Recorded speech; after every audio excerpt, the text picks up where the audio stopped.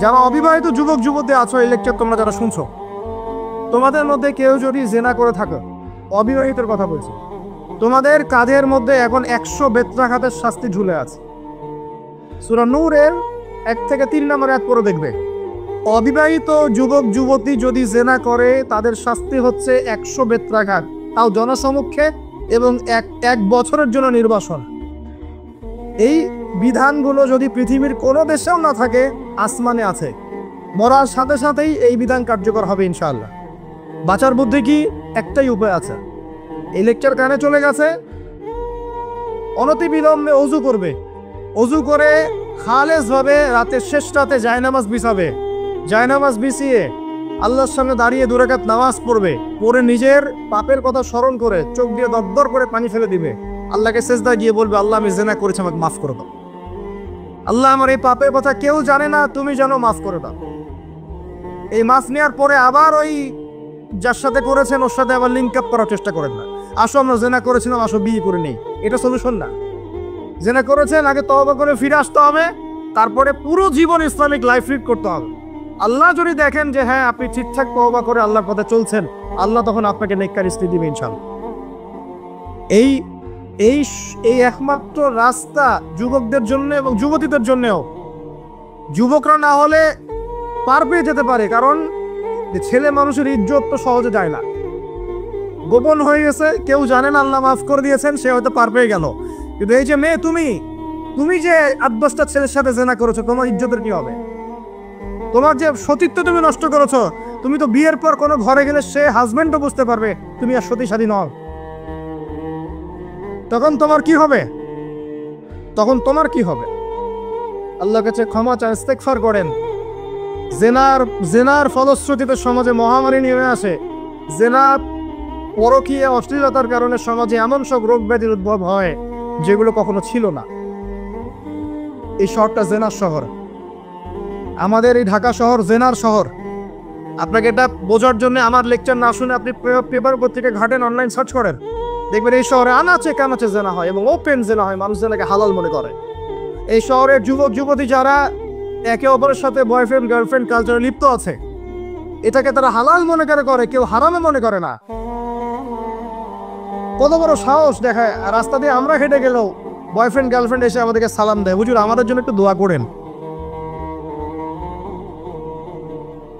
তো প্রত্যেকটা পার্কে যাবেন, এই যে আপনাদের রেস্টুরেন্টগুলোতে যাবেন, দর্শনীয় যে স্পটগুলো সেখানে যাবেন, দেধার সে জেনা আছে, জেনা আর জেনা। আমি এই যুগের কথাই বলছি। নবী সাল্লাল্লাহু আলাইহি ওয়াসাল্লাম বলছেন, আমাদের নবী বলছেন, আমার উম্মতের একটা অংশ, সবাই না, আমার উম্মতের একটা অংশ অবশ্যই জেনাকে হালাল করে নিবে, অবশ্যই মদকে হালাল করে নিবে, মদ পান করবে কিন্তু মদের নাম অন্য দিবে, এবং তারা গান বাজনা বাদ্যযন্ত্র নর্তকীদেরকে হালাল মনে করে নিবে।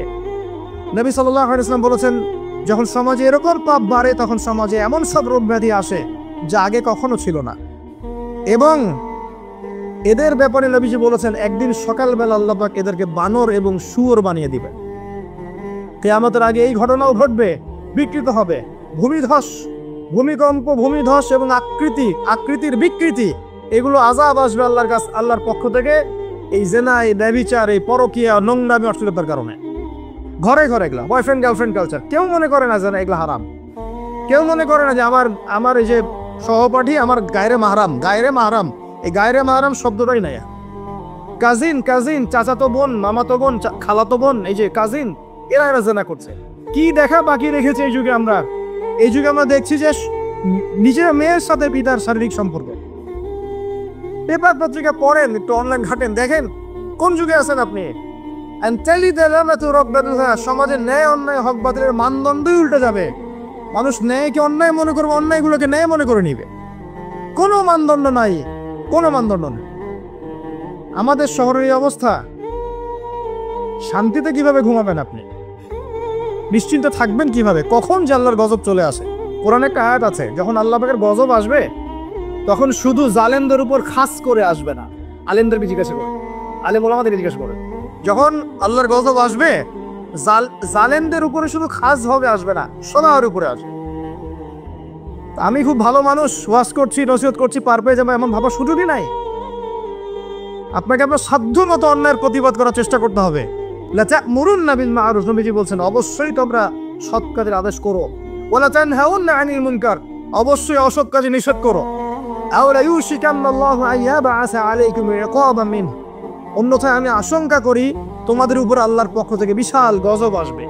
সুম্মা তাদউনাহু, এরপর তোমরা সবাই আল্লাহর কাছে দোয়া করবে, আল্লাহ গজব সরিয়ে দাও সরিয়ে দাও। লা ইউস্তাজাবু দুআকুম, তোমাদের দোয়া কবুল করা হবে। নবী সাল্লাল্লাহু আলাইহি ওয়াসাল্লাম বলেন মান রাআ মিনকুম মুনকারান, তোমাদের মধ্যে যে কেউ হুএভার হি ইজ, যে কেউ যদি কোনো মুনকার নোংরা দর্হিত কোনো কাজ দেখে, তাহলে যেন ফাল ইউগাইয়ির বিয়াদিহি, তার সামর্থ্য থাকলে হাত দিয়ে যেন ঠেকায়। সামর্থ্য থাকলে হাত দিয়ে যেন ঠেকায়। যাদেরকে আল্লাহ পাক হাত দিয়ে ঠেকানোর ক্ষমতা দিয়েছেন তাদেরকে আল্লাহ জিজ্ঞাসাবাদ করবেন, কেন ঠেকালে না? তো জেনার লাইসেন্স দিলে কেন? মদের লাইসেন্স দিচ্ছ কেন? ঠেকালে না কেন? তুমি অন্যায় কাজকে ঠেকালে না কেন? যদি তুমি না পারো, ইল্লাম ইয়াস্তাতি, যদি সে না পারে, তাহলে ফাল ইউগাইয়ির বিলিসানি, তাহলে যেন মুখ দিয়ে সেটা প্রতিবাদ করো। এই যে মুখ দিয়ে প্রতিবাদ করার ক্ষমতা আলেম ওলামার আছে, যাদের হাতের ক্ষমতা নেই মুখের ক্ষমতা আছে। সেটাও যদি না পারো, ইল্লাম ইয়াস্তাতি, সেটাতেও যদি সে সক্ষম না হয়, ফাবি কলবি, তাহলে যেন অন্তর দিয়ে ঘৃণাটা পর্যন্ত করো। বিযালিকা দুআফুল ঈমান, এটা হচ্ছে ঈমানের সবচেয়ে নিকৃষ্ট একটা অবস্থা, সর্বনিম্ন অবস্থা। এর নিচে ঈমানের কোনো অবস্থাই নাই। তার মানে অন্যায় দেখে আমাদের যাদের মনে কোনো ফিলিংসই কাজ করছে না, তার মানে আমাদের ঈমান নাই। আসলে সহজ কথা, ঈমানের সেই তেজ নাই আমাদের মধ্যে। আসুন, একটা ব্যাখ্যা এটাও হতে পারে সমাজে ন্যায় অন্যায় হক বাতিলের মানদণ্ড উল্টে যাবে। একটা জায়গায় যাচ্ছি, তার আগে একটা কথা বলতে ভুলে গেছিলাম। এখন বিবাহিত যারা আছে, এই যে দেবর আর ভাবি, এই যে শালি আর দুলা ভাই, মধুর সম্পর্ক না এগুলা? দাঁড়া, এগুলো মধুর সম্পর্ক। দেখা যায় সুবহানাল্লাহ, এই যে আমার এখানে ফোন আছে না, আমাদের অফিসিয়াল পেজ আছে, অফিসিয়াল পেজে যত প্রশ্ন আসে দেখি ম্যাক্সিমাম জেরা কেন্দ্রিক, ব্যভিচার কেন্দ্রিক, পরকীয়া কেন্দ্রিক। একজন প্রশ্ন করেছে যে দুলা ভাইয়ের চরিত্র এত খারাপ ছিল, আর ওই মেয়ের বয়স তখন কম ছিল, 13 বছর বয়স। 13 বছর বয়সের মেয়ের দিকে সে চোখ দিয়েছে। যাকে বিয়ে করেছে তার সাথে তো সম্পর্ক আছেই। এটা কে? আচ্ছা, যাকে বিয়ে করেছে ওর সাথে তো সম্পর্ক আছে। তারপরে আপনার শালির সাথে সম্পর্ক। এখন শালির সাথে তার 2 বছর ধরে সম্পর্ক করার পর সেগুলোর ভিডিও ধারণ করেছে, ধারণ করে তাকে ব্ল্যাকমেইল করছে যে যদি আমার সাথে খারাপ কাজে সে রাজি না হয় তাহলে এই ভিডিওগুলো ভাইরাল করে ফেলবো। এই যে অনলাইনের যুগ, এখন তো মানুষ নিশ্চিন্তে মানুষ যে একটা প্রাইভেট লাইফ লিড করবে সেটাও করতে পারে না। প্রাইভেট লাইফের সব কিছু রেকর্ডেড হয়ে যায়, হয় না? এটা একটা ফিতনা, মহা ফিতনা।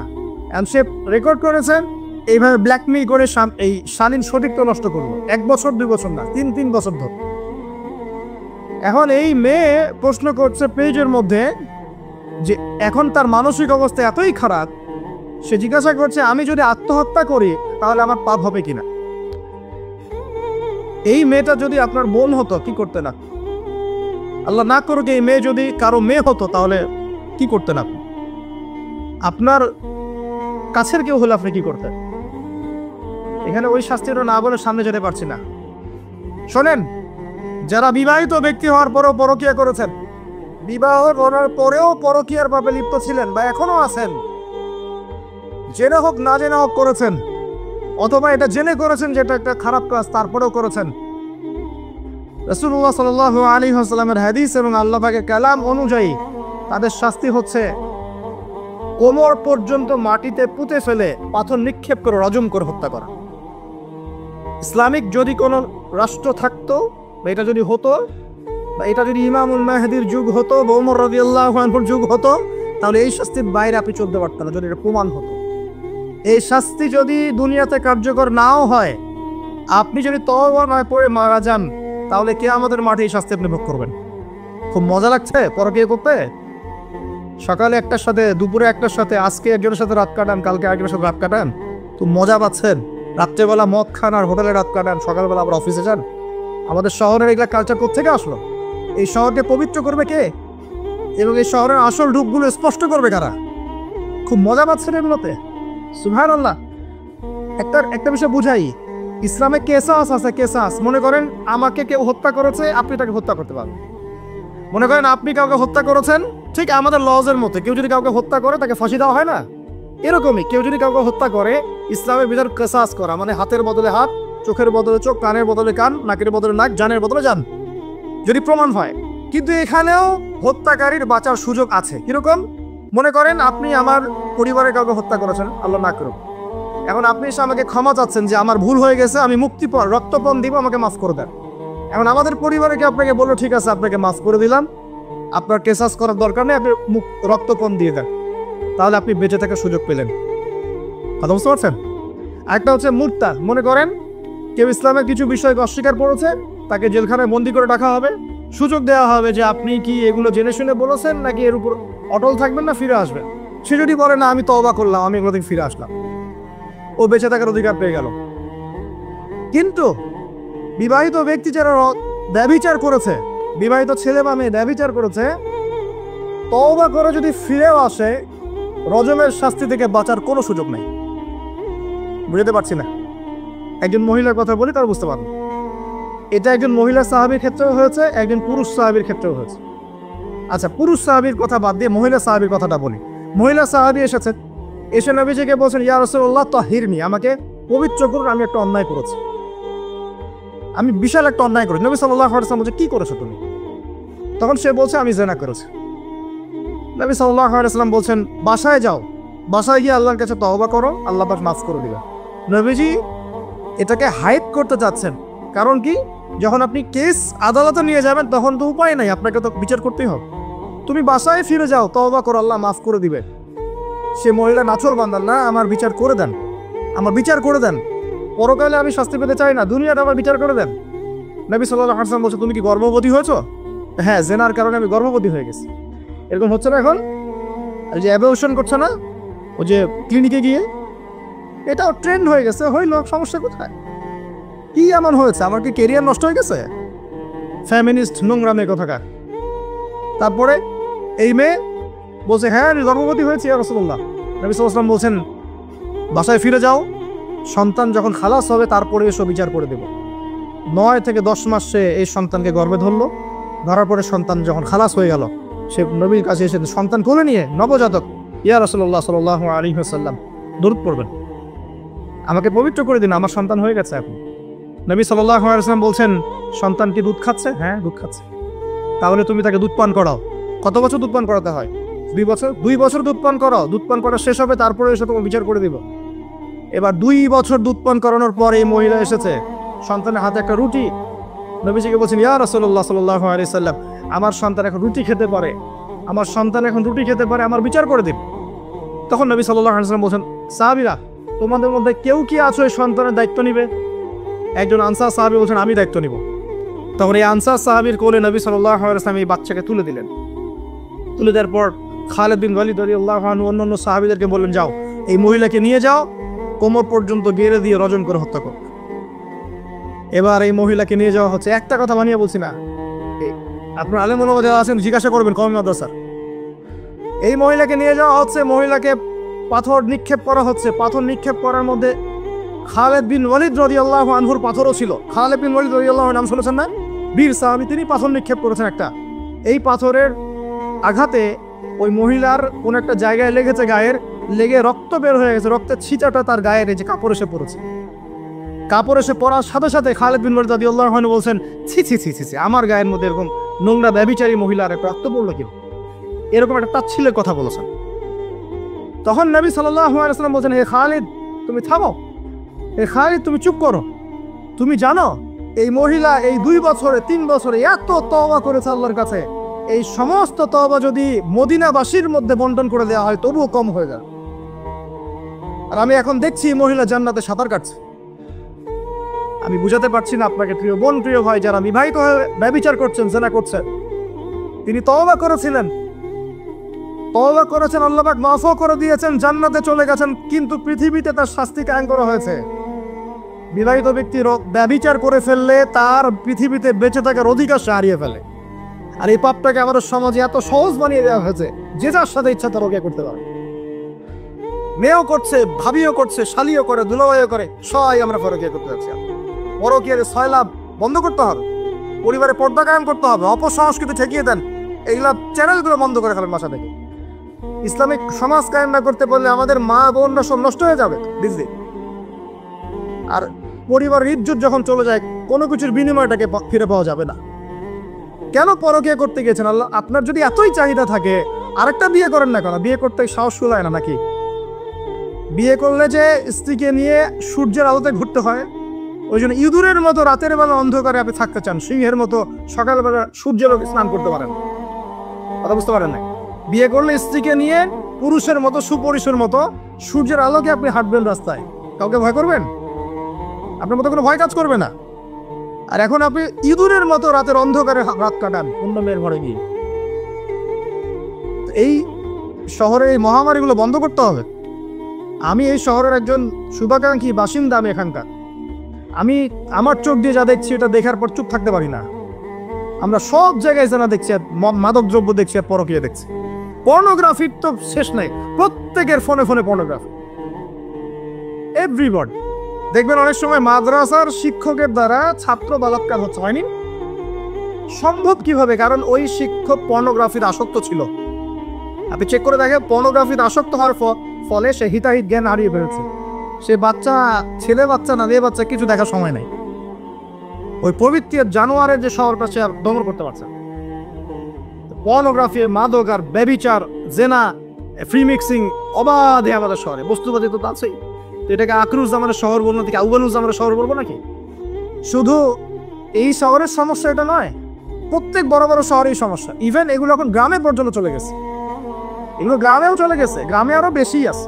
দেখবেন শহরের ছেলেরা তো জিন্স আর টি শার্ট পরা মেয়েদেরকে দেখে অভ্যস্ত না, এরা না একটু কন্ট্রোল করতে পারে। আর যখন একটা গ্রামের ছেলে পর্নোগ্রাফি দেখবে, সে তো আর নিজেকে কন্ট্রোল করতে পারে না। বুঝতে পারছেন না? আমাদের শপিং মলগুলোতে গেলে আমরা দেখি টি শার্ট আর গেঞ্জি পরা মেয়ে ঘুরছে, তাই না? এটা দেখতে দেখতে অভ্যস্ত আমরা, এই জন্য আমরা কন্ট্রোল করতে পারি কিছুটা হলেও, তাই না ছেলেরা? কিন্তু গ্রামের ছেলে মেয়ে যারা, তারা কিন্তু পর্ন দেখে আর কন্ট্রোল করতে পারে না। এই গ্রামে ধর্ষণ দিন দিন বাড়ছে, ডে বাই ডে বাই। এই সমস্যাগুলো বড় বড় প্রত্যেক বিগ সিটিজ এন্ড টাউনে এই সমস্যা, একই সমস্যা। এর ছড়ালো কারা? ওই পশ্চিমাদের থেকে এই সমস্ত বিশ্বেগুলো ছড়িয়ে গেছে। এরা এমন একটা সভ্যতা যারা প্রত্যেকটা পাপকে গ্লোবালাইজেশন করে দিয়েছে। সুদ খেয়েছে, সারা বিশ্বে ছড়িয়ে দিয়েছে। মদ খেয়েছে, সারা বিশ্বে ছড়িয়ে দিয়েছে। জেনা করেছে, সারা বিশ্বে ছড়িয়ে দিয়েছে। ফ্যামিলিস্ট রেভলিউশন সারা বিশ্বে ছড়িয়ে দিয়েছে। ব্যাংকিং, সুদভিত্তিক ব্যাংকিং সিস্টেম সারা বিশ্বে ছড়িয়ে দিয়েছে। প্রত্যেকটা সমস্যা দেখবেন ওখান থেকে সারা বিশ্বে ছড়িয়ে গেছে। আর আমরা মনে করি ওরাই নাকি মানবতার মুক্তির পথ দেখাবে। ওরা তো ছেলে ছেলে বিয়ে করে। যে সম্প্রদায় ছেলে ছেলে বিয়ে করে, ও আমাকে ভালো মন্দ শিখাবে? ওখানে তো একটা প্রত্যেক 10 মিনিটে, প্রত্যেক 10 সেকেন্ডে একটা করে মেয়ে রেপ হয় আফ্রিকান কন্টিনেন্টে। জার্মানির, আমি পর্নোগ্রাফির একটা লেকচার দিয়েছি, দেখবেন নীল দর্পণ, ওখানে সব ডিটেলস দিয়েছে। জার্মানি, ব্রিটেন বলেন, আমেরিকা বলেন, এই প্রত্যেকটা কান্ট্রির মধ্যে প্রত্যেক মিনিটেই একটা করে মেয়ে ধর্ষণের শিকার হচ্ছে। ওরা আমাকে শিখাবে নারীর স্বাধীনতা অধিকার? আমার কাছে কোরআন এবং সুন্নাহ আছে, রাসূল আছেন, আমার কাছে আল্লাহ আছেন। এগুলোকে বাদ দিয়ে তোমার কথা শুনতে হবে আমাকে? এরা আমাদেরকে বাঁচাবে না, বরং এরা সারা বিশ্বে ইয়াজুজ মাজুজের মতো ফিতনার ফাসাদ সৃষ্টি করে ফেলছে। আসুন, একটা ব্যাখ্যার অনেক কথা হয়ে গেল। আল্লাহর ওয়াস্তে যুবক যুবতী যারা আছো, লেকচার যদি কানে যাবে, আজকেই জেনা থেকে তওবা করতে হবে। জেনার ধার কাছে যাওয়া যাবে। হালাল ভাবে বিয়ে করো। যদি তোমার খুব যৌন চাহিদা থাকে, তোমার অনেক চাহিদা, তোমার অনেক সম্পত্তি আছে, ব্যালেন্স করতে পারে, একাধিক বিয়ে করে কি সমস্যা? পরকীয়া করতে যাচ্ছেন কি জন্য? করবেন না। আর হালাল উপার্জনের সোর্স হয়ে গেছে, অবিবাহিত থাকার দরকার নাই, বিয়ে করে ফেলেন। বিয়ে আপনার জীবনটাকে সুশৃঙ্খলতা নিয়ে আসবে। আমি গার্ডিয়ান থেকে রিকোয়েস্ট করবো যে বিয়েটাকে সহজ করে দেন, কঠিন জটিল করেন না, জেনা বাড়তে থাকবে। না হলে যে সন্তান, যে ছেলেটাকে মেয়েটাকে ছোট মনে করছেন না, ছোট নাই, সে অলরেডি 4-5 ঘাটের পানি খেয়ে আসছে। দেখবে, আপনারা পরিসংখ্যান দেখেন, বাংলাদেশের ইয়াং ইউথ জেনারেশন যারা আছে, এদের মধ্যে ম্যাক্সিমামই বিবাহ বহির্ভূত সম্পর্ক স্বাদ পেয়ে গেছে অলরেডি। স্কুল কলেজ পাশ করে নিয়ে এখন পর্যন্ত যৌন সম্পর্ক করে বসে আছে। আর ছোট ছোট মেয়েগুলোকে ছোট মনে হয়, বদের হাড্ডি সাধ্য। সব জায়গায় দেখবেন এরা বেশি বদের হাড্ডি। কেন বলছি জানেন? এরা ছেলেদেরকে সিডিউস করে। ভালো মেয়ে কোথায় খুঁজে পাবেন এখন? খুব রেয়ার, খুব ডিফিকাল্ট। খুবই ডিফিকাল্ট। বিয়েটাকে সহজ করেন, জেনাটাকে বন্ধ করেন, পরকীয়া রাস্তা বন্ধ করেন।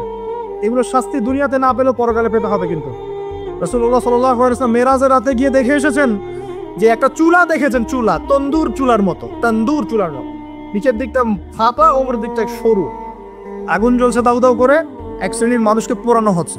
আগুন যখন ফ্লো বাড়ছে, মানুষ উপরে আসছে, ফ্লো কমছে, নিচে নামছে, এভাবে। রাসূলুল্লাহ সাল্লাল্লাহু আলাইহি ওয়াসাল্লাম জিজ্ঞাসা করলেন, ইয়া জিবরিল, এরা কারা? জিবরাইল আলাইহিস সালাম বলছে, এরা আপনার উম্মতের সেই সব ব্যক্তি যারা জেনার পাপে লিপ্ত ছিল এবং তাদের এই আযাব থেকে এত দুর্গন্ধ বের হচ্ছে কল্পনা করতে পারবেন না। আরেক শ্রেণীর লোককে দেখেছেন, সামনে এই যে ভালো গোশত, পাশে খারাপ পচা গোশত, বসে বসে পচা গোশত খাচ্ছে, ভালো গোশত খাচ্ছে না, শাস্তি হচ্ছে কবরে, বারজাখের জগতে। নবী জিজ্ঞাসা করছেন, এরা কারা? জিবরাইল আলাইহিস সালাম বলছে, এরা হচ্ছে আপনার উম্মতের সেই সব ব্যক্তি যাদের ঘরে পবিত্র স্বামী ছিল, পবিত্র স্ত্রী ছিল, তাদের সাথে সন্তুষ্ট না থেকে তারা পরকীয়া করেছে। আল্লাহ পাক আমাদের শহরটাকে হেফাজত করবে। এখানে একটাই সলিউশন, ইসলামিক অনুশাসন, আদারওয়াইজ অন্য কোনো সলিউশন নাই। কতক্ষণ ভালো থাকবেন আপনি? চতুর্দিক থেকে আপনাকে জেনায় উদ্যুক্ত করা হচ্ছে। আপনি অনলাইনে ঢোকেন, এই যে ফোনটা নেন, ফেসবুকে ঢোকেন, ইউটিউবে ঢোকেন, খালি জেনা আর জেনা। মানে দেখা জেনাটাকে এমনভাবে দেখানো হয় যে কি যে মজার একটা বিষয়, কি যে মজা একটা। অথচ জানেন জেনার মধ্যে যাররা পরিমাণ করে সুখ নাই। আপনি হালালভাবে বিয়ে করেন, আপনি যে সুখটা পাবেন, আপনি শত শত জেনা করলে সে সুখ পাবেন না। এটাকে দেখানো হয়, এই যে পর্নোগ্রাফি যা দেখায় সবই ভুয়ার বানোয়া, এটা টোটালি বানোয়ার জিনিস।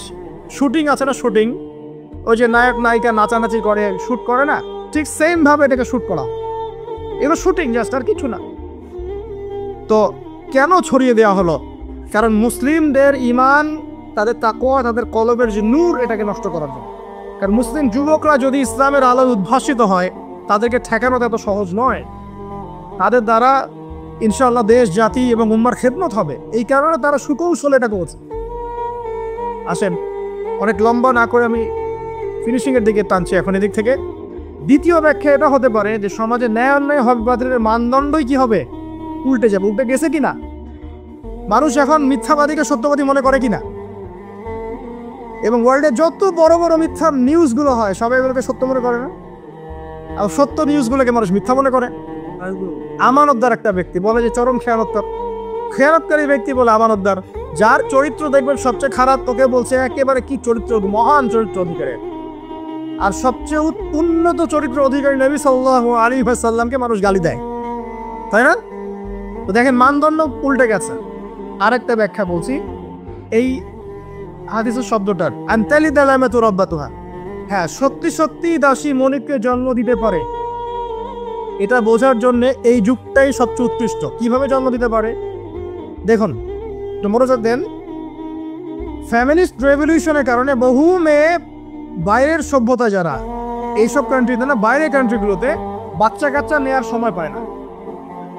ফ্যামিলিস্ট রেভলিউশনের কারণে বহু মেয়ে বাচ্চা কাচ্চা নেওয়ার সময় পায় না। বাচ্চা নিবে কিভাবে? এখন সন্তান তো দরকার। তখন কি করে? মধ্যবিত্ত, নিম্ন মধ্যবিত্ত কান্ট্রিগুলো থেকে কিছু মেয়েকে হায়ার করা হয়।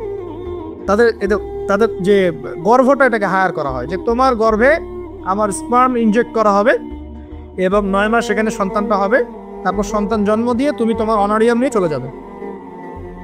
মনে করেন, বুঝাচ্ছি, মনে করেন আমেরিকার একটা কাপল, ওদের তো মেয়েদের বাচ্চা কাচ্চা নেওয়ার সময় নাই। তো প্রোগ্রেস, এগিয়ে যাওয়া, ইজ্জতও থাকে না। 10-15 বছরের মধ্যেই সারা জীবন এভাবেই তারা চলে। 10টা-20টা জেনা হয়, এগুলো কোনো বিষয় না।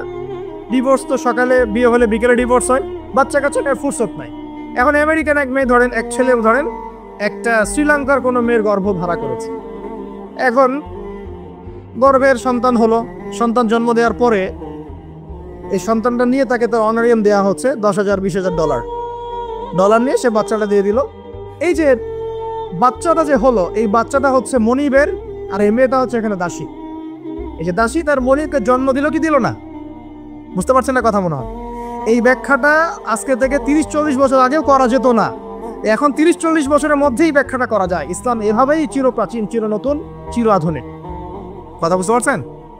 অতএব এটা একটা আলামত নবীজি বলেছেন যে দাসী তার মনিবকে জন্ম দিবে। আরেকটা আলামত বলেছেন, এটা ব্যাখ্যা করে আমি শেষ করছি। দেখুন, কোন হাদিসের কথা বলছি? ওই যে ব্যক্তি আসলো সাদা কাপড় পরে, 4টা প্রশ্ন করলো, তার মধ্যে শেষ প্রশ্ন হচ্ছে কিয়ামত কবে হবে? নবীজি বলছেন আমি তো জানি না, কারণ এক্স্যাক্টলি কোন ডেটা হবে আমরা কেউ জানি না। প্রশ্নকারী উত্তরদাতার জ্ঞান সমান। আলামত বলে দেন, প্রথম আলামত বললেন এটা। সেকেন্ড আলামত কি বলছেন? খুব ভালো করে শোন। দ্বিতীয় আলামত বলছেন ওয়ান তারাল, যখন তুমি দেখবে ওয়ান তারাল হুফাতাল উরাতাল আলাতা রিয়াশাই ইয়াতাতাওয়ালুনা ফিল বুনিয়ান, এরকম 5টা শব্দ।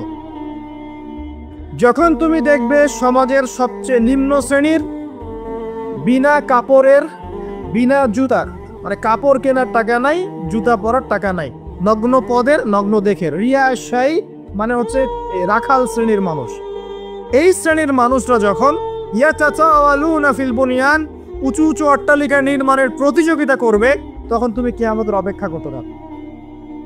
জীবনের শেষের দিকের হাদিসে মাত্র 2টো আলামত, তার মধ্যে ওই একটা ব্যাখ্যা করলাম, এই যে একটা। আর আপনি বলেন বিগত 200 বছর আগের বিশ্বের দিকে তাকিয়ে দেখবেন বড় বড় শহরগুলোতে উঁচু উঁচু বিল্ডিং নির্মাণের প্রতিযোগিতা ছিল কিনা? ছিল কিনা? এই ব্রিটিশ পিরিয়ডেও কি ছিল কিনা? পাকিস্তান পিরিয়ডেও ছিল কিনা? লাস্ট 50-100 বছর আপনি দেখবেন যে উঁচু উঁচু বিল্ডিং নির্মাণের একটা প্রতিযোগিতা চলছে, কে কার চেয়ে উঁচু করতে পারে। ঠিক এই যুগের কথাই নবীজি বলেছেন, এই যুগ যখন চোখের সামনে দেখতে পারবে, ফ্যান্টাসির সা, কিয়ামতের অপেক্ষা করো।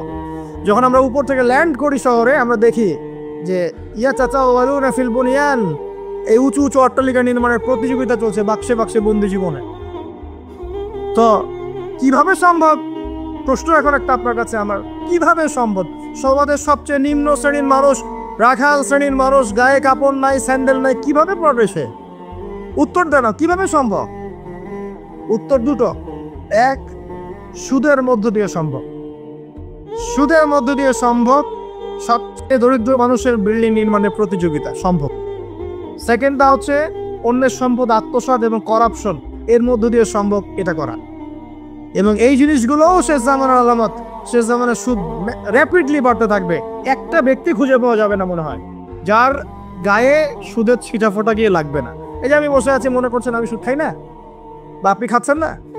আপনি না খেলেও, প্রত্যক্ষভাবে না খেলেও পরোক্ষভাবে ঠিকই খাচ্ছেন। না খেলেও আপনার গায়ে সুদের ছিটা ফোটা গিয়ে লাগছেই। এমন কোনো কান্ট্রি পৃথিবীতে নাই যেটা টোটালি সুদমুক্ত হতে পারবে এখন। IMF এর আন্ডারে আর ওয়ার্ল্ড ব্যাংকের আন্ডারে কোনো কান্ট্রি পারবে। আপনি যাই নিতে যান, চড়া সুদের লোন দিতে হবে, আর এই লোন আমাদের পকেট থেকে শোধ করতে হবে। অতএব প্রত্যক্ষভাবে না খেলেও পরোক্ষভাবে আপনি খাচ্ছেন। হয় খাচ্ছেন, না দিচ্ছেন, না হলে সাক্ষী থাকছেন, না হলে লিখে রাখছেন, কিছু একটা করছেন। এটা সেই জামানা। আর কি? করাপশন, অন্যের সম্পদ আত্মসাতের এই যে একটা প্রতিযোগিতা চলছে আমাদের অন্যায়ভাবে, এর মধ্য দিয়ে সম্ভব এই নিচু শ্রেণীর মানুষের অট্টালিকা নির্মাণের প্রতিযোগিতা। প্রিয় ভাইয়েরা, রাত অনেক গভীর হয়েছে আর দীর্ঘ লম্বা করছি না, একটু কনক্লুশনের দিকে আসি, একটু মনোযোগ দেন। দেখুন, আলামাতুস সাআ নিয়ে পড়াশোনা করুন, পাশাপাশি কোরআন হাদিস পড়বেন অবশ্যই, এর পাশাপাশি ইকোনমিক্স পড়েন, ওয়ার্ল্ড অ্যাফেয়ার্স বোঝেন, হিস্ট্রি পড়েন। এগুলোকে কম্বাইন করে আপনি দেখবেন যে আপনার বাহ্যিক চোখ অভ্যন্তরীণ চোখ খুলে যাবে ইনশাআল্লাহ। আপনি বুঝতে পারবেন যে এখনকার সময় আর 100 বছর আগের সময় সেম না। এখন বহু কিছু দেখা যাচ্ছে যেগুলো আগে দেখা যেত না। আর আমরা আমাদের শহরটাকে যদি বাঁচাতে চাই, তাহলে আমাদের এই জেনার মহামারী থেকে বের হতে হবে, মাদকের মহামারী থেকে বের হতে হবে, সুদের মহামারী থেকে বের হতে হবে, অবিশ্বাস প্রতারণার এই যুগ থেকে বের হতে হবে, ব্যভিচারের যুগ থেকে বের হতে হবে।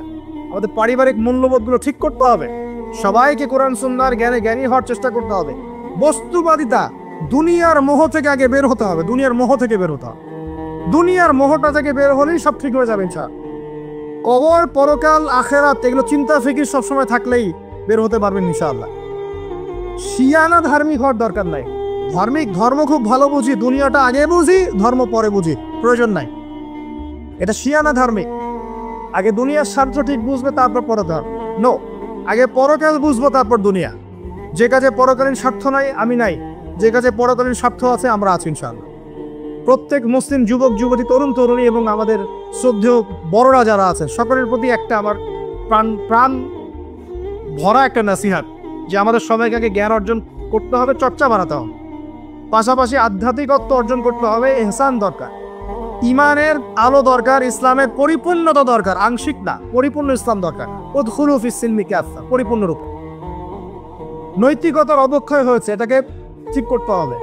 আমাদের যুবক সমাজকে মাদকের মহামারী থেকে বের করতে হবে, ওদের জন্য রিজিকের সোর্সগুলো বাড়াতে হবে। উদ্যোক্তা হয়ে যান, পড়াশোনা করে উদ্যোক্তা হয়ে যান, ব্যবসা করেন, ব্যবসায় অগ্রগামী হন, প্রয়োজনে কৃষিভিত্তিক অর্থনীতিতে যান, উদ্যোক্তা হয়ে যান।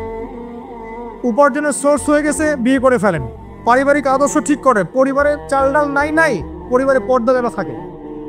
পরিবারে চাল ডাল নাই, পরিবারে পর্দা থাকতে হবে। পরিবারে খাবারের সংকট আছে, থাক, পরিবারে নামাজ থাকতে হবে, তালিম থাকবে, কোরআন থাকবে, সন্তানদেরকে ইসলামিকভাবে প্রতিপালন করতে হবে। শেষ জামানার আলামতগুলো যখন দেখা যাচ্ছে, এখন আর আয়েশ করে বসে থাকার কোনো সুযোগ নাই। সর্বপ্রথম নসিহত, পড়াশোনা করুন, বস্তুবাদিতা থেকে বেরিয়ে আসুন, ম্যাটেরিয়ালিজম থেকে বেরিয়ে আসুন, পরকালের বান্দা হয়ে যান। পরকাল ঠিক আছে, তারপর দুনিয়া ঠিক করেন। অল্পতে সন্তুষ্ট থাকার চেষ্টা করেন। এত বেশি প্রয়োজন নয় আমাদের। দুনিয়ার জীবনে এসেছি একটা পানির মতো, হাতের মধ্যে লেগে থাকা পানি, আর পরকালটা পুরো মহাসমুদ্র। মৃত গাধার মতো দাম নাই আল্লাহর কাছে দুনিয়ার। অতএব এত বেশি ফোকাস করার দরকার নেই, ব্যাস সন্তুষ্ট থাকেন। মা বোনদেরকে পর্দা রাখার চেষ্টা করেন, আপনার মেয়ের দিকে খেয়াল রাখেন, মেয়ের দিকে খেয়াল রাখেন। 8 বছর 9 বছর মেয়ে হয়ে গেছে, ওর দিকেও খেয়াল রাখতে হবে আপনাকে। প্রচুর বাচ্চাদের উপরে অ্যাবিউজিং বেড়েছে, বাচ্চাদের উপরে অ্যাবিউজিং প্রচুর বেড়ে গেছে। ছোট ছোট বাচ্চাদেরকে রেপ করা হচ্ছে এখন। বাসায় পর্দা খুব স্ট্রিক্টলি মেনটেন করতে হবে। এই বয়ফ্রেন্ড গার্লফ্রেন্ড কালচার বাদ দেন, এই জেনার নামে বয়ফ্রেন্ড গার্লফ্রেন্ড কালচার বন্ধ করেন, ফ্রি মিক্সিং বন্ধ করেন। আপনার মেয়েকে পড়াতে চান, আপনি মেয়েদের স্কুলে দেন, মেয়েদের কলেজে দেন, মেয়েদের মাদ্রাসায় দেন। ফ্রি মিক্সিং আছে ওখানে দিয়েন না। আপনি চাকরি করতে যাচ্ছেন মেয়ে হয়ে, যেখানে মেয়েরা চাকরি করে সেখানে করেন। ছেলেদের সাথে ফ্রি মিক্সিংয়ে যায় না। যদি ইজ্জতের মূল্য থেকে থাকে তাহলে এগুলো করেন। আর না হলে ওই যে একটা স্বনামধন্য কলেজের নাম দেখলেন কয়েকদিন আগে, একটা সার্টিফিকেট অর্জন করার জন্যে যদি আপনাকে অন্যের বিছানায় রাত কাটাতে হয়, ওই সার্টিফিকেটের মুখে থুতু দিই আমরা। তোর প্রয়োজন আছে ইজ্জত বিক্রি করে সার্টিফিকেট অর্জন করতে হবে? আর তোমরা একটা চাকরি পাওয়ার জন্যে অন্যায়ভাবে অন্যদেরকে হল থেকে বহিষ্কার করছো, পিটাচ্ছ, অফিস্টিক দিয়ে মারছো, এর ফল কি তোমাকে পরকালে ভোগ করতে হবে না? একটা চাকরির জন্য তুমি তোমার গায়রতকে বিসর্জন দিয়ে দিলা, অনেস্টিকে বিসর্জন দিয়ে দিলা। রিজিকের মালিক কে? অতএব আল্লাহ রিজিক দিবে তোমাকে। অন্যায়ের সাথে আপোষ করে চাকরি পেতে যেও না। অন্যায় কাজ করে, অন্যায়ের পথে থেকে, অন্যায়ের পথে যারা আছে ওদেরকে সন্তুষ্ট করে চাকরির আশা করো না। ওই চাকরিতেও কোনো বরকত থাকবে না। নিজের যোগ্যতায় নিজের পরিচয় সৃষ্টি কর, নিজের পরিচয় নিজের যোগ্যতার সৃষ্টি করো, ইনশাআল্লাহ আল্লাহ পাক তোমাকে বেহিসাব রিজিক দিবে। প্রিয় মুসলিম ভাই বোনেরা, আমরা এমন একটা যুগে বাস করছি, এই যুগটা আগের মতো নয়। পরিবারের ফিতনা দেখবেন, সমাজের ফিতনা দেখবেন, ধর্মের ফিতনা দেখবেন, সব জায়গায় ফিতনা দেখবেন। আপনাকে ফিতনাগুলো রিকগনাইজ করতে হবে, চিন্তা হবে। চেনার জন্য জ্ঞান লাগবে, আল্লাহর নূর লাগবে, আমল বাড়াতে হবে বেশি বেশি, সুন্নাহ লাগবে, নবী সাল্লাল্লাহু আলাইহি ওয়াসাল্লামের সুন্নাহর উপর থাকতে হবে, পারিবারিক আদর্শ ঠিক করতে হবে, দাওয়াতের কাজ করতে হবে, আমর বিল মারুফ নাহি আনিল মুনকারের কাজ করতে হবে। এরপর ইনশাল্লাহ দেখবেন আস্তে আস্তে মুসলিমদের কমিউনিটির মধ্যে এই যত সমস্যা আছে ইনশাল্লাহ কেটে যাবে। আমরা জানি এই সমস্যাগুলো সাময়িক, পৃথিবী যেহেতু সাময়িক, পৃথিবীর সব কিছুই সমস্যাটা। পরে যখন দেখবেন যে আমাদের অবস্থা ভালো, আমাদের কিছু ভাই যদি 40-50টা আসন পেয়ে যায় সামনে আর কি, তখন দেখবেন যে অনেকেই তাদের কাছে যাওয়া শুরু করবে, তাই না বিষয়টা? এবং তারা মনে করবে যে আমরা তো দিন কায়েম করে ফেলছি। দেখেন, দিন কায়েম হবে তখনই যখন আল্লাহ পাকের যে কোরআন সুন্নাহ ভিত্তিক যে ওহীর বিধানটা, এই বিধানটা যখন আল্লাহর জমিনে প্রতিষ্ঠিত হবে, তখনই কেবলমাত্র দিন কায়েম হবে। তার আগ পর্যন্ত হ্যাঁ আপনি বলতে পারেন যে হ্যাঁ আমি আগের চেয়ে একটু ভালো আছি, আগের চেয়ে একটু ভালো থাকলেও অসুবিধার কিছু নাই। যদি ওইটা দিয়ে ইসলামের কিছু খেদমত করতে পারেন তাও ভালো, কিন্তু আপনার টার্গেটটা থাকতে হবে পরিপূর্ণ শরিয়া কায়েম করা। কিন্তু টার্গেট তো আমাদের আছে একটা, এই টার্গেট তো হুট করে অ্যাচিভ করা যাবে না। তো আয়না করে পড়ে থাকাচ্ছে তো কমপক্ষে সামনে দাঁড়ায় কথা বলাটা ভালো নাকি? রহিম ভাই কি বলেন? অ্যাটলিস্ট এটা ভালো না? তো যদি একজন আমাকে ধরে আয়না করে ঢুকে রাখো, আরেকজন ধরেন বের করে এসে বললো ঠিক আছে আপনি কথা বলেন, সমস্যা নেই, তো আমি তো এই সুযোগটা নিব, অ্যাটলিস্ট নিব না? তো এই জন্য আমরা দাওয়াতের মাঠ রেডি করতে থাকবো। আমাদেরকে একটু বিচক্ষণ হতে হবে সবসময়, মানে একবারে ছাড় না দেওয়ার মানসিকতা, এটা থেকে একটু বের হয়ে আমাদের মনে হয় যে একটু ডিপ্লোম্যাটিক হওয়া উচিত, উসুল ঠিক রেখে, উসুল জায়গা ঠিক রেখে। এই যেহেতু আমরা ওলামায়ে কেরামদের সাথে মশওয়ারা করবো, তা সেক্ষেত্রে আমাদের উসুল থেকে সরে যাওয়ার কোনো সুযোগ নাই ইনশাআল্লাহ। মশওয়ারা ভিত্তিক আমরা আগাবো ইনশাআল্লাহ। তো এখন 3 বছরের গোপন দাওয়াতের পরে যখন প্রকাশ্যে দাওয়াত শুরু হলো, তখন মারাত্মক রকমের নির্যাতন নেমে আসলো। ওই নির্যাতনের সময় কিন্তু নবী সাল্লাল্লাহু আলাইহি ওয়াসাল্লাম সাহাবীদেরকে অস্ত্র দিয়ে প্রতিবাদ করতে বলেন নাই, বরং সবর করতে বলেছেন। এই সবরের পিরিয়ডটা কিন্তু আমরা পার করে আসছি। সবর করিনি আমরা বিগত 15-20 বছর, 25-30 বছর। আমাদেরকে যেভাবে সবাইকে নির্যাতন করা হয়েছে, প্রত্যেকটা সংগঠনের নাম ধরে ধরে বলা যাবে, ব্যক্তির নাম ধরে ধরে বলা যাবে, তাদের মধ্যে কেউ একজনকে আপনি দেখান যে সে অস্ত্র হাতে বের হয়েছিল, দেখান অস্ত্র হাতে নিয়ে বের হয়েছিল সরকারের বিরুদ্ধে বিদ্রোহ করার জন্য? কোনো মুসলিম অ্যাসোসিয়েশন কেউই বের হয়নি। তাহলে আপনারা পশ্চিমাদের শেখানো শব্দটাকে কিভাবে আমাদের সাথে জুড়ে দিচ্ছেন? যদি ওই রকমই কোনো আচরণ কেউ করতোই, তাহলে আপনারা কি আদৌ থাকতে পারতেন বাংলাদেশে? কত আগেই তো আপনাদের কাম খালাস হয়ে যেত। কিন্তু সবাই সফর করেছে, মাইর খেয়েছে, কেউ 10 বছর, 12 বছর, 8 বছর, 5 বছর, কেউ 3 বার, 4 বার, 5 বার করে কত কিছু হয়েছে, আপনারা তো জানেনই না। আমি শুধু একটা কথা বলি শুনেন, চায়ের কাপে আর ফেসবুকে ঝড় তোলার চাইতে, চায়ের কাপে আর ফেসবুকে এইসব আলোচনার ঝড় তোলা আর এই যে আয়নাঘরের একটা রিমান্ড, এটাকে আপনি 1000 কোটি গুণ দিয়েও আপনি হিসেব করতে পারবেন। ওই চায়ের কাপে ফেসবুকে এগুলো নিয়ে তর্ক বিতর্ক ঝড় তোলা অনেক সহজ। আর যারা ওইসব জায়গা ফেস করে আসছে, তাদের যে ত্যাগ, স্যাক্রিফাইস এবং তাদের সবর, ইস্তেকামা, ইমান, তাদের জীবনের জজবা, এটার সামনে দাঁড়াই দিয়ে পারবেন না আপনারা। আমাদের অনেক বোনকে আমরা জানি এরকম অবস্থার সম্মুখীন হয়েছে। বোন, ছেলে তো বাদ, বোন। তা আমরা দোয়া করি আল্লাহ পাক এই সমস্ত মানুষের ত্যাগ, কোরবানিগুলোকে কবুল করেন। এই কোরবানিগুলোর ফলশ্রুতিতেই তাদের চোখের পানি, তাদের তাহাজ্জুদ, তাদের দোয়া, তাদের এই যে আধ্যাত্মিকত্ব, আল্লাহকে ডাকা, এগুলোর বদৌলতে আজকের দিন পেয়েছি আমরা। এটা একদিনের শুধু রেভলিউশন এটা হয় নাই। যারা এখন ক্রেডিট নেওয়ার প্রতিযোগিতায় ব্যস্ত আছেন, এটা ভুল করতেছেন আপনারা, এটা ঠিক হচ্ছে না। এখানে ক্রেডিট পাওয়ার যোগ্য সে প্রত্যেকটা আল্লাহর বান্দা যে এখানে হকের উপর ছিল, যার উপর নির্যাতন হয়েছে, চোখের পানি ফেলেছে, সেজদায় আল্লাহর কাছে কান্নাকাটি করেছে, দোয়া করেছে। আমাদের মা বোনরা ঘুমায় নাই, রাতের পর রাত জেগেছিল, রাস্তাঘাটে দৌড়াদৌড়ি করে বেরিয়েছে, কেউ একটা ইন্টারভিউ পর্যন্ত নিতে চায় নাই। কিন্তু যখন ব্যাপারটা গ্লোবাল হয়ে গেছে, তখন সব মিডিয়ার সামনে হাজির। এই জন্য আমরা আপনাদেরকে বিশ্বাস করি না, আপনারা সুবিধাবাদী। যখন যেদিকে হাওয়া, তখন সেদিকে দৌড় দেন। আমার নিজের ওয়াইফের কথাই বলতেছে, ডোর টু ডোর ঘুরে বেড়াইছে একটা ইন্টারভিউ নেওয়ার জন্য, যে উনি কোথায় গেল, হঠাৎ কোথায় হয়ে গেল, কিভাবে, কেউই কথা বলতে রাজি হয় না। এর আরও অনেক ভাই আছে যারা এগুলো শিকার, তারাও জানে এগুলো, সবার সাথে এগুলো হয়েছে। কিন্তু যখন আবার এটা আল্লাহ পাক ঘুরাই দিচ্ছেন অবস্থাটা, তখন আবার বাড়ির সামনে হাজির। তাহলে কাদেরকে বিশ্বাস করবেন আপনি? এই জন্য বলি যে যাদের উসুল, আকীদা, মানহাজে যারা স্ট্রং না, তাদেরকে বিশ্বাস করার আগে 10 বার 20 বার চিন্তা করতে হবে। দেখেন, নবী সাল্লাল্লাহু আলাইহি ওয়াসাল্লাম ইহুদিদের সাথে চুক্তি করেছিলেন না? তারপরে রোমানদেরকে চিঠি পাঠিয়েছেন না? মুশরিকদের সাথেও সন্ধি হয়েছে না? সবকিছু হয়েছে, সন্ধি হয়েছে, পররাষ্ট্র নীতি হয়েছে, চুক্তি হয়েছে, যুদ্ধ হয়েছে। তিনি কিন্তু উসুল এবং আদর্শের জায়গায় কারোর সাথে যাররা পরিমাণ ছাড় দেন নাই। ছাড় দিয়েছেন? তাই আমরা যেন এই সুন্নতটাকে ধরে রাখার চেষ্টা করি, আল্লাহ তৌফিক দান করে। এখন সংক্ষিপ্ত করে শেষ করে দিচ্ছি। এই যে দাওয়াতটা প্রকাশ্য রূপ লাভ করলো, তখন সবরটা ছিল বেশি ইম্পর্টেন্ট। এবং সবর করতে করতে করতে সাহাবীরা কি বলেছিলেন জানেন? ইয়া রাসূলুল্লাহ সাল্লাল্লাহু আলাইহি ওয়াসাল্লাম, আপনি একটু বদদোয়া করেন না এদের জন্য, আমরা তো পারছি না। নবীজি বলেছেন যে তোমরা জেনে রাখো, এই দিন একদম মাশরিক থেকে মাগরিব পর্যন্ত পৌঁছে যাবে, একটা কাঁচা গাঁও, একটা কাঁচা বাড়ি, একটা পাকা বাড়ি বাদ থাকবে না যেখানে আল্লাহ পাকে কালিমাকে প্রবেশ করাবেন না ইনশাআল্লাহ। ওয়ালাকিন্নাকুম তাস্তাজিলুন, কিন্তু তোমরা খুব তাড়াহুড়া করছো। ঠিক আছে, তোমরা এখন আবিসিনিয়ায় চলে যাও। যদি দেখা যায় কখনো এমন একটা পরিবেশ যে আপনার এলাকায় দিন পালনের কোনো পরিবেশই নাই, তখন আবিসিনিয়ার সুন্নত আছে আমাদের সামনে, সেখানে হিজরতের সুন্নত আছে। তারপরে নবী সাল্লাল্লাহু আলাইহি ওয়াসাল্লামকে 3 বছর সাহাবীদেরকে সহ বয়কট করা হয়েছে শিয়ারে আবু তলেবে, গাছের ছালপাতা খেয়ে দেখেছেন, তবুও আদর্শের সাথে আপোষ করেন নাই।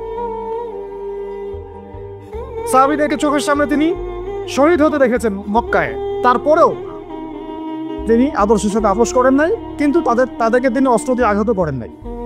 কিন্তু এরপরে যখন আল্লাহ রাব্বুল আলামিন তায়েফের পরে যখন তায়েফবাসী কবুল করলো না, মেরাজ হয়ে গেল, এরপরে নবী যখন সাল্লাল্লাহু আলাইহি ওয়াসাল্লাম মদিনার সেই যে যুবকদেরকে দাওয়াত দিলেন, আমরা যুবক ভাইরা ভালো করে শুনেন, যুবকদের হাতে ইসলাম পরিবর্তন হয়েছে, মানে পরিবর্তন বলতে বোঝাচ্ছি টেবিলটা উল্টে গেছে আর কি, যুবকদের হাতেই। এই 6 জন যুবক যাদের নেতৃত্ব দিচ্ছেন সাঈদ বিন যুরারা রাদিয়াল্লাহু আনহু, তারা এসে ইসলাম কবুল করলেন ইয়াসরিব থেকে। তারপরে পরের বছর 12 জন, তারপরের বছর এই যে 75 জন। এই যে একটা বিশাল দাওয়াতের ক্ষেত্র তৈরি হলো মদিনায়। একজন দায়ীর মেহনত ছিল এখানে, তার নাম মুসআব বিন উমাইর রাদিয়াল্লাহু আনহু, মনে আছে না আপনাদের? তো এই যে মাঠটা তৈরি হলো, যে মাঠ তৈরি করা, তারপরে নবী করিম সাল্লাল্লাহু আলাইহি ওয়াসাল্লামকে তারা বললেন যে আপনি আপনার সাহাবীদেরকে নিয়ে চলে আসেন আমাদের এখানে। আল্লাহ পাকও সেটা ইরাদা করলেন, নবী সাল্লাল্লাহু আলাইহি ওয়াসাল্লাম সাহাবীদেরকে নিয়ে চলে গেলেন। এই মদিনা হলো প্রথম ইসলামিক স্টেট। প্রথম ইসলামিক স্টেট কিন্তু মক্কা নয়, বরং মদিনা। সেখানে নবী সাল্লাল্লাহু আলাইহি ওয়াসাল্লাম গিয়ে তিনি শুধু এখন নবী নন, বরং তিনি এখন রাষ্ট্রপ্রধানও বটে। আমরা কি এই পর্যায়ে পর্যন্ত যেতে পেরেছি কিনা? বরং আমরা কি এখন পর্যন্ত কোনো মদিনা রাষ্ট্র কায়েম করতে পেরেছি কিনা? আমাদের এই দেশটাতেও হোক অথবা অন্য কোনো রাষ্ট্রের দাওয়াতের মাধ্যমে হোক, পেরেছি? তার মানে আমরা এখন এই জায়গা পর্যন্ত যেতে পারি নাই। তাহলে মক্কা বিজয়ের সব প্রফিট দেখছেন কিভাবে, আর গণক্ষমা কিভাবে করছেন। আমরা তো মদিনা রাষ্ট্র পাইনি এখনো। আমরা কি মদিনা রাষ্ট্র কায়েম করতে পেরেছি? বা অন্য কোনো রাষ্ট্রের দাওয়াতের কাজের মধ্য দিয়ে ওইখানে পাঠ তৈরি করতে পেরেছি যে আমরা হিজরত করে চলে যাবো, ওখানে রাষ্ট্র কায়েম হবে? কোনোটাই তো হয় নাই। তাহলে আমরা এই পর্যায়ে পর্যন্ত এখনো যেতে পারি নাই, অথচ আমরা মক্কা বিজয়ের ভাইব নিয়ে ঘুরে বেড়াচ্ছি। কি একটা অবস্থা! আল্লাহ পাক আমাদেরকে বোঝার তৌফিক দান। আমি জন্য বলি যে কোরআন এবং সুন্নাহকে বুঝতে হলেও সিরাত লাগবে আপনার। সিরাত ছাড়া কোরআন সুন্নাহকে বোঝা যায় না। সুবহানাল্লাহ। আর আমার বিশ্বাস যে সিরাতের উপর যারা বেশি চর্চা করবে, পড়বে, ইনশাআল্লাহ আল্লাহ চাইলে তারা নবীকে স্বপ্নেও দেখতে পারে। মানে আমার মন বলে এটা কোনো দলিল ভিত্তিক কথা বললাম না। অনেক ওলামা একদম বলেছেন আমাদেরকে। আমি জিজ্ঞাসা করেছিলাম যে ওস্তাদ, আমাদের নবী সাল্লাল্লাহু আলাইহি ওয়াসাল্লামকে স্বপ্ন দেখার কোনো খাস আমল আছে নাকি? তো কেউ তেমন কোনো খাস আমল বলতে পারে না। একজন ওস্তাদ খালি বললেন যে রাত্রে ঘুমানোর সময় অ্যাটলিস্ট 10 পৃষ্ঠা সিরাত পড়ে ঘুমাও, দেখি কি হয়। তার মানে উনি হয়তো দেখেছেন, উনি বলেন না। সিরাত ছাড়া ভাই আমরা দিন প্রতিষ্ঠার প্যাটার্নগুলো বুঝবো না। প্রত্যেকটা কাজের একটা প্যাটার্ন থাকে, একটা পদ্ধতি থাকে। অজু করার একটা সিস্টেম আছে, নামাজের একটা নিয়ম আছে, দিন প্রতিষ্ঠারও নিয়ম আছে। এখন দেখেন দাওয়াতের মধ্য দিয়ে মদিনা রাষ্ট্র তৈরিতে কায়েম হয়ে গেল। ওখানে কিন্তু নবীজি এখন শুধুমাত্র নবী নন, তিনি নবীও বটে, রাষ্ট্রপ্রধানও বটে, তাদের আমিরও বটে। তাহলে এখানে আমির হলো নবী, রাষ্ট্রপ্রধান এবং আমির। ইমারা হয়ে গেল ইমারা, এবং জামা হলো একটা জামা। বুঝতে পারছি কি? জামাত ইসলাম আরে ভাই, এটা আবার জামা মানে একটা কি বলবো ভাই, হ্যাঁ, ঐক্যবদ্ধ একটা প্ল্যাটফর্ম। এবং দেখেন একজন আমির কিন্তু আবার আলাদা আলাদা না। একজন আমির, এই একটা জামা, এবং সবাই হচ্ছে মামুর মানে যারা আমিরকে ফলো করে। এখানে আছে সামআ ওয়া তাআ, মানে নবী যা বলবেন তারা শুনবেন এবং আনুগত্য করবেন। এইরকম একটা সিস্টেম কিন্তু আমরা এখন আমাদের দেশে করতে পারি না। সবাই আলাদা আলাদাভাবে কাজ করতেছি, ঠিক আছে, কাজ হতে থাক, কিন্তু সমন্বয় জরুরি। সমন্বয় না হলে বৃহত্তর ঐক্য হবে না। আর বৃহত্তর ঐক্যের জায়গাটাতে আমাদেরকে একটু ছাড় দিতে হবে, একটু হলেও ছাড় দিতে হবে। কারণ এখন তো আর সাহাবীদের যুগ না রে ভাই। সাহাবীরা যেভাবে সব শক্তভাবে পালন করতেন, আমল করতেন, এরকম মানুষ এখন নাই তো। আর আপনি যদি আমি যদি আমাকে বলে যে ভাই আপনার মধ্যে সাহাবীদের সব খাসলত পাওয়া যাচ্ছে না, যাবে না, এটাই তো স্বাভাবিক। কারণ আমরা তো সাহাবীদের যুগ থেকে 1400 বছর পরের মানুষ। এই হাদিসটা আপনারা জানেন কিনা, মাঝখানে অনেক লম্বা যাচ্ছে কিনা, এই ফয়জুল কালাম বইয়ের মধ্যে আছে। নবীজি বলেছেন সাল্লাল্লাহু আলাইহি ওয়াসাল্লাম যে তোমরা এমন একটা যুগে আছো আমার সাহাবীরা, শুনেন, তোমরা এমন একটা যুগে আছো হে আমার সাহাবীরা, তোমরা যদি ইসলামের 1/10 ছেড়ে দাও তোমরা ধ্বংস হয়ে যাবে। কিন্তু তোমাদের পরে এমন একটা যুগ আসবে যে যুগে যদি কেউ ইসলামের 1/10 উপরেও থাকে সে সফল হয়ে যাবে। মানে আমরা তো এখন ওই যুগে আছি। 10% ধরে রাখতে পারলেও ইনশাল্লাহ আপনি সফল হবে। তো এরপরে মদিনা রাষ্ট্র কায়েম হলো। রাষ্ট্র কায়েম করার পরে কাজ কি? এখন আমাদের দায়িত্বশীল যারা এখন আছেন, প্রেজেন্ট, তাদেরকে একটু বুঝান একটু, রাষ্ট্র পাওয়ার পরে কাজ কি, নবীজি কি করেছেন রাষ্ট্র পাওয়ার পরে? আগে তিনি মসজিদে নববী নির্মাণ করেছেন। তার মানে মসজিদে নববী ছিল শুধুমাত্র ইবাদতের জায়গা নয়, সেখানে দাওয়াতের কাজ হতো, সেখান থেকে সব ডিসিশন মেকিং হতো। এবং এরপরে তিনি আনসার আর মুহাজিরদের মধ্যে ভ্রাতৃত্বের বন্ধন স্থাপন করলেন। রাষ্ট্রীয় ক্ষমতা পেলে আমাদের কাজ কি? আধ্যাত্মিক পরিবেশ তৈরি করা, দিনী ইলমের পরিবেশ তৈরি করা, দাওয়াতের পরিবেশ তৈরি করা, এবং উম্মার এই জাতির মধ্যে ঐক্য নিয়ে আসা। আমরা তো কি করতেছি? সংবিধান সংস্কার করতেছি। এটা আমাদের এখন এজেন্ডা, তাই না? এই পলিসিতে, যে পলিসিতে আপনারা আগাচ্ছেন, এই পলিসিতে যদি সংবিধানকে 10 বারও সংশোধন করেন, আপনারা এটাকে ইসলামিক সংবিধান তো বানাবেন না। বানাবেন? সহজ কথা বলে কখনোই বানাবেন না। তাহলে মদের বোতল খালি চেঞ্জ করতেছেন, এই তো, আর তো কিছু না। তাহলে মূল কাজটা কিন্তু আমাদের এখন করা দরকার ছিল, জাতিগত ঐক্য নিয়ে আসা। জাতিগত ঐক্যটা খুব জরুরি ছিল। সবাইকে নিয়ে বসা, ওলামা ইকরাম তাকে প্রাধান্য দেওয়া, তাদের কাছে যাওয়া, তাদের সোহবতে যাওয়া, পরামর্শ নেওয়া, মাশওয়ারা করা এবং মসজিদগুলোকে আবাদ করে দেওয়া। এর ভিত্তিতে কি করা, দ্বীনের ইলমের দাওয়াতটা ছড়ানো, প্রকৃত ইসলামের দাওয়াতটা ছড়ানো, এটা ছিল কাজ। এর সাথে নবী সাল্লাল্লাহু আলাইহি ওয়াসাল্লাম কি করেছেন, ভ্রাতৃত্বের বন্ধন স্থাপন করেছেন, সামরিক বাহিনী শক্তিশালী করেছেন। দেশটা এখন নাজুক অবস্থা, সামরিক বাহিনীগুলোকে খুব শক্তিশালী করা দরকার ছিল এখন। তারপরে তিনি ওই সময় সারিয়া অভিযানগুলো শুরু করলেন, দেশের নিরাপত্তার স্বার্থে সারিয়া অভিযানগুলো শুরু করলেন। সারিয়া আর গাজওয়া এক না, কিন্তু সারিয়া মানে যেখানে নবী সাল্লাল্লাহু আলাইহি ওয়াসাল্লাম নিজে যান নাই, অন্য সাহাবীকে আমির করে পাঠিয়েছেন। গাজওয়া হচ্ছিল এবং অর্থনৈতিক ভিত্তিটা তারা শক্ত করলেন। মদিনা রাষ্ট্র পাওয়ার পর তারা কি করলেন দেখেন, আধ্যাত্মিক বিষয়টার দিকে খেয়াল করলেন, মসজিদ নির্মাণ করলেন, ভ্রাতৃত্বের বন্ধন স্থাপন করলেন, অর্থনৈতিক ভিত্তি শক্ত করলেন, সারিয়া অভিযানগুলো চালানো শুরু করলেন, পররাষ্ট্রনীতি অ্যাপ্লাই করলেন এবং ওই দেশে অভ্যন্তরে যে অমুসলিমরা ছিল, যেমন ইহুদি বা অন্য যারা, তাদের সাথে একটা কিন্তু চুক্তি হলো, সনদ হল। তো আমাদের এই কাজগুলো কিন্তু সব পারফেক্টলি হয় নাই বা হচ্ছে না। এরপরে আস্তে আস্তে আবু সুফিয়ানের কাফেলাকে আক্রমণ করাকে কেন্দ্র করে বদরের যুদ্ধ হয়ে গেল।